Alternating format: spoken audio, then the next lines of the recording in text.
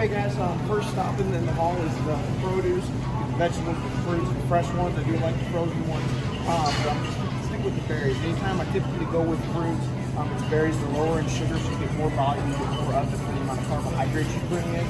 So typically don't go with bananas, pineapples. I mean, you can have those, those are good, they're better than a candy bar, but the idea is we want to get more volume for less calories. So blueberries, raspberries, strawberries, some blackberries will stick in there. So grabbing strawberries, and I'm actually doing my own grocery shopping today, so I'll be grabbing blueberries and strawberries for the family. But a good quick tip on this, these go bad fairly quick. You can actually soak them in water, like a tablespoon or two of apple cider vinegar, let them soak for about half an hour, rinse them off. There's no apple cider vinegar taste, and they'll last about a week and a half longer in the fridge. Just a quick tip. Guys, in the fresh produce area, again, probably 80% of my vegetables I go to like frozen just for a convenience standpoint. But if I was to walk through and go with fresh produce, I would go with cauliflower. It's easy, it's super palatable. We're gonna actually do frozen as well, because you can change up the flavor on it a lot, because it does have a mild flavor. I'd also go with asparagus as well. We typically will have a recipe coming out with asparagus. Good side, good dark green vegetables. Working our way down this way. We also got the spinach as well. I'm already loaded up on these things, so we're not gonna be grabbing them today. Radish is actually a good low carbohydrate potato substitute. You can dice these up, you can roast them, and they get a nice little consistency, similar to potato without all the additional carbohydrates. Mushrooms are a great additional filler. They got good natural vitamin D in them. They're fairly low calories, so you can saute up quite a few of them, have them along with a steak or something like that. You get just additional filler with low calories on it. Guys, here we've got the naked shakes and like the green smoothie stuff. They look good and ideal, but people don't realize these are pumped full of sugar. They do have a good amount of vitamins and minerals in it, but they're going to be sugar high first. It's why they're sweet, it's why they taste good. So we want to avoid these at all costs. Here we are in the meat section. We're going to start off with the beef. Beef is actually my dominant protein source that I go to. I like it a little bit more than chicken. I think it has a flavor profile along with nutrient profile. Again, animal proteins are going to be our best source of protein. So going with the beef, it depends on your cut. If you're low in fat throughout your daily intake, you can go with a little fattier cut of meat. You need to watch the fats depending on where your macros are. You want to go with the leaner cut of meat. So 90-10, 85-15 ground beef is typically what I stick with. Now, if I have the option, and fortunately they have enough here at Walmart, I go with the organic grass-fed ground beef. The omega-3s are going to be a little bit higher. It's a little bit healthier. A healthy cow produces a healthy fat.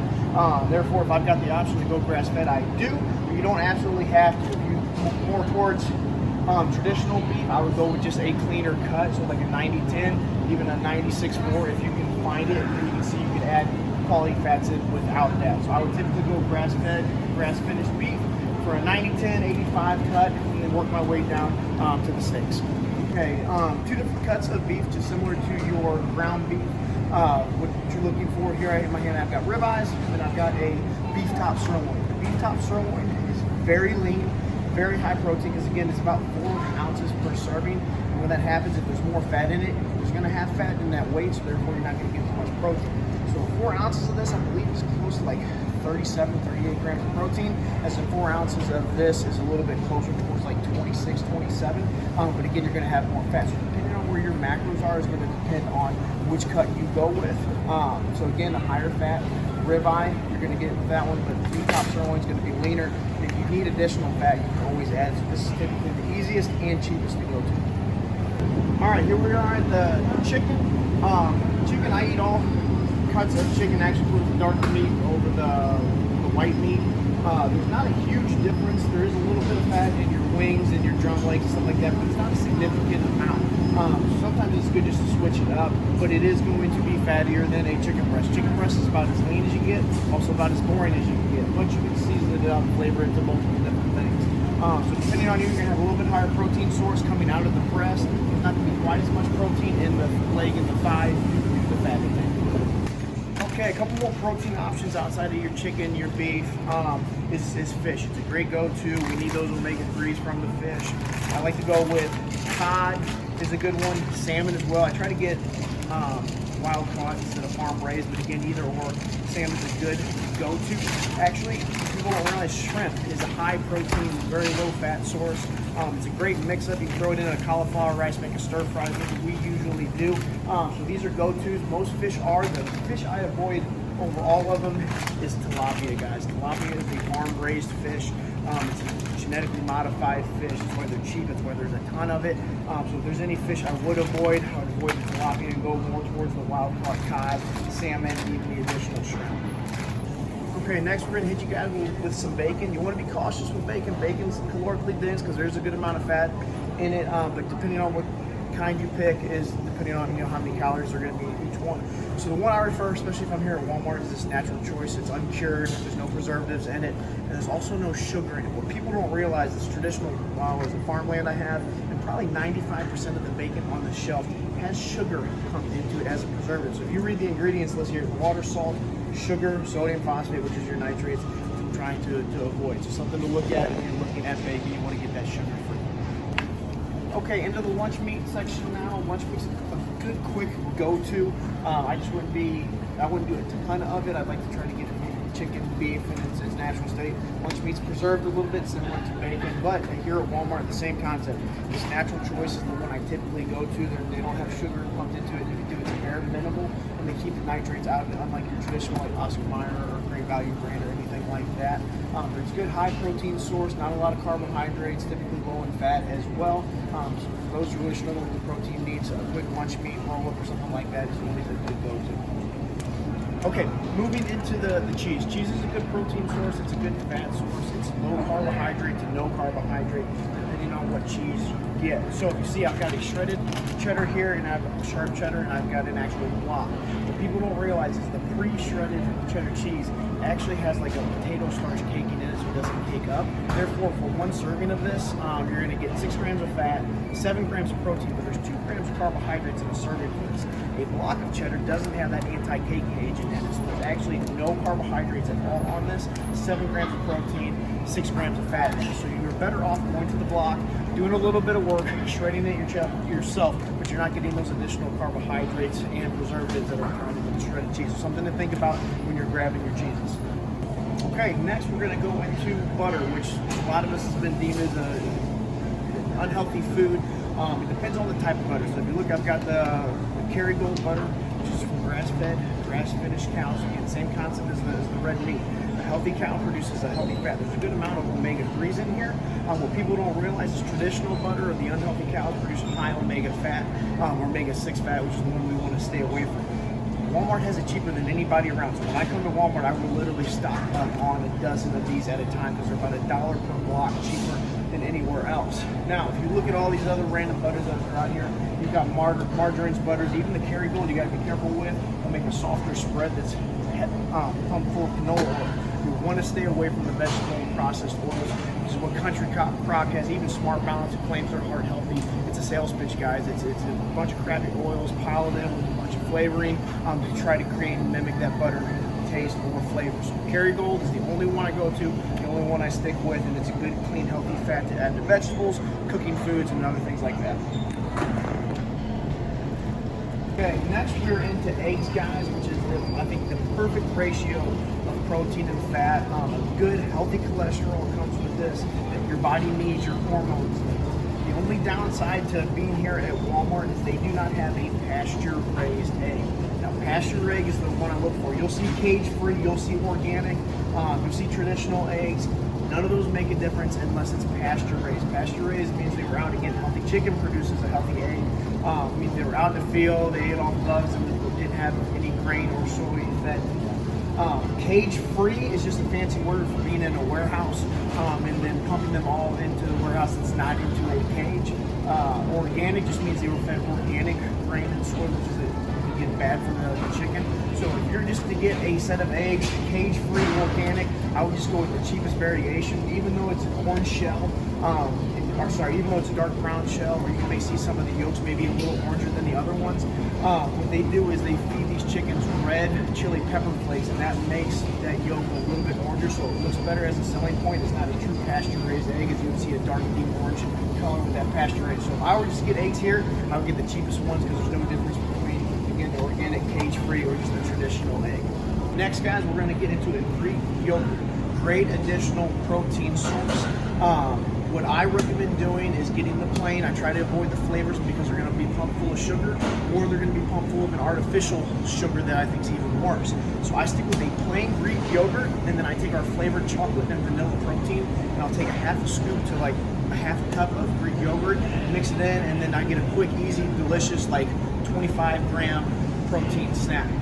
Now, when it comes to brand or anything like that, people don't realize whether you're getting Yoplait or Chobani, Walmart is so huge that they typically have a white label with one of those name brands anyway. So when it gets down to the name brand, especially with dairy, I don't know why it's just dairy, but with dairy, it's typically the same thing. So again, plain Greek is what I go to. I keep the carbs low, add that protein to it. It's a good additional protein snack.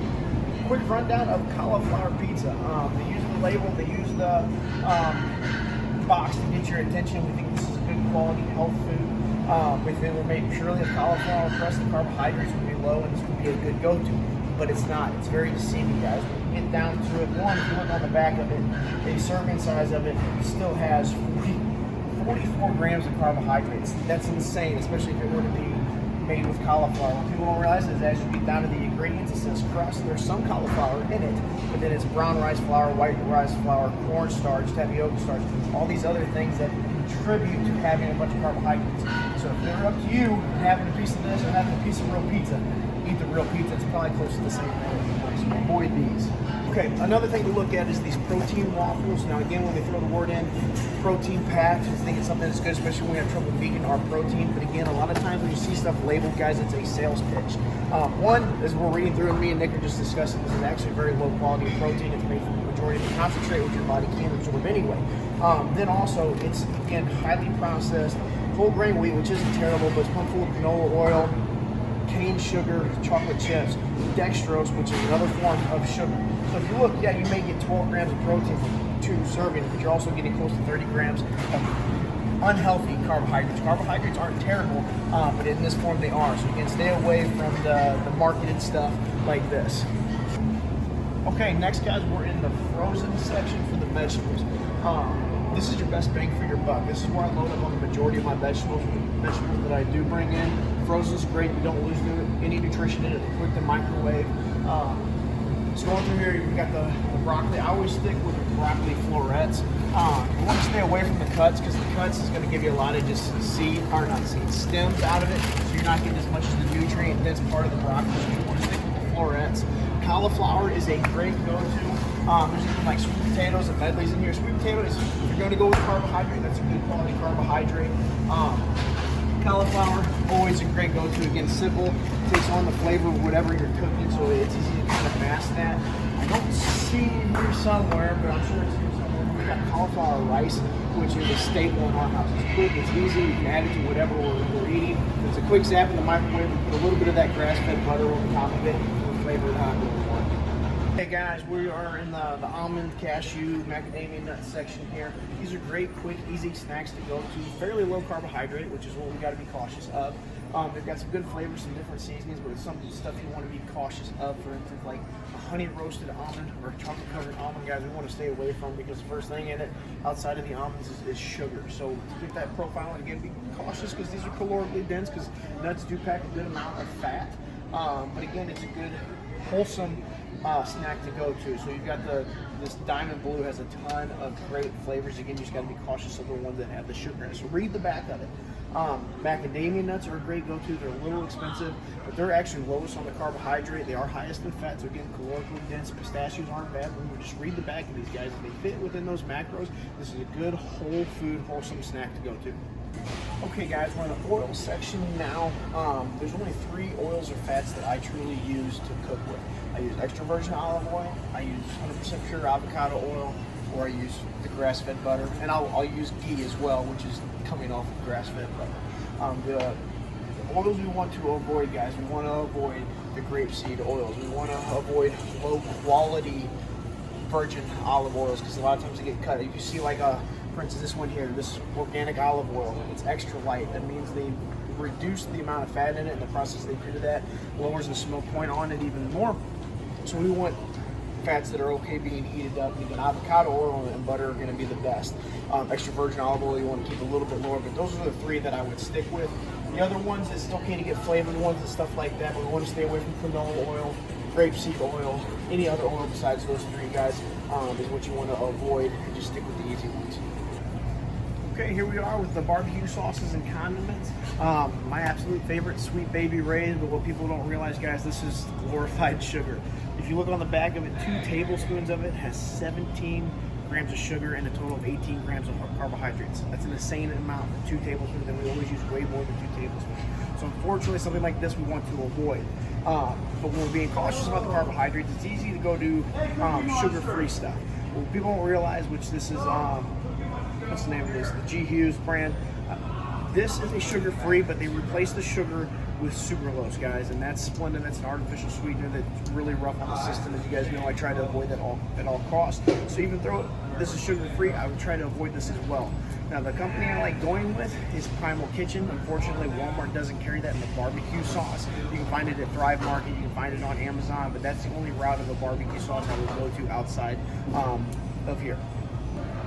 Okay, guys, now we're on to mayo. This is actually a staple I use. It's a quick way to get in good, healthy fat and flavorful fat as well. So this is the Primal Kitchen brand that I live and die by, guys.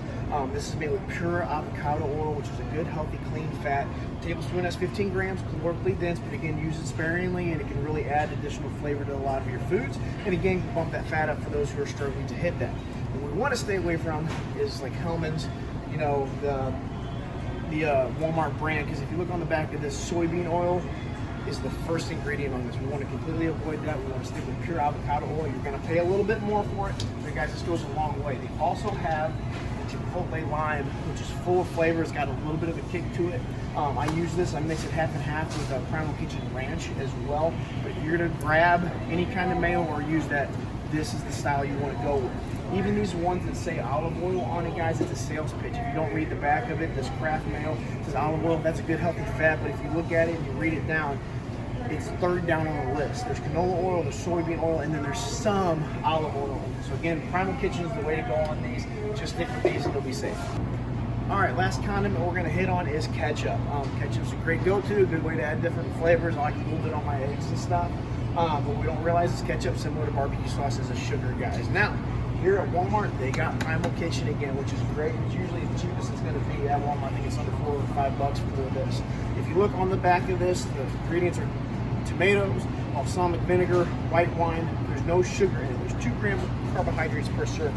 Traditional ketchup, even if it says organic, which they catch your eye on it, first ingredient outside of tomatoes is organic sugar, guys. So we're looking at 1 tablespoon of this roughly has 5 or 6 grams of sugar in it, when this has none. So again, always go for the Primal Kitchen if you guys can. Be cautious of, again, the sugar-free ones, because they're going to sneak that sucralose in to make it sweet and still give it that flavor profile. When you get in the Primal Kitchen, already has it taken care of.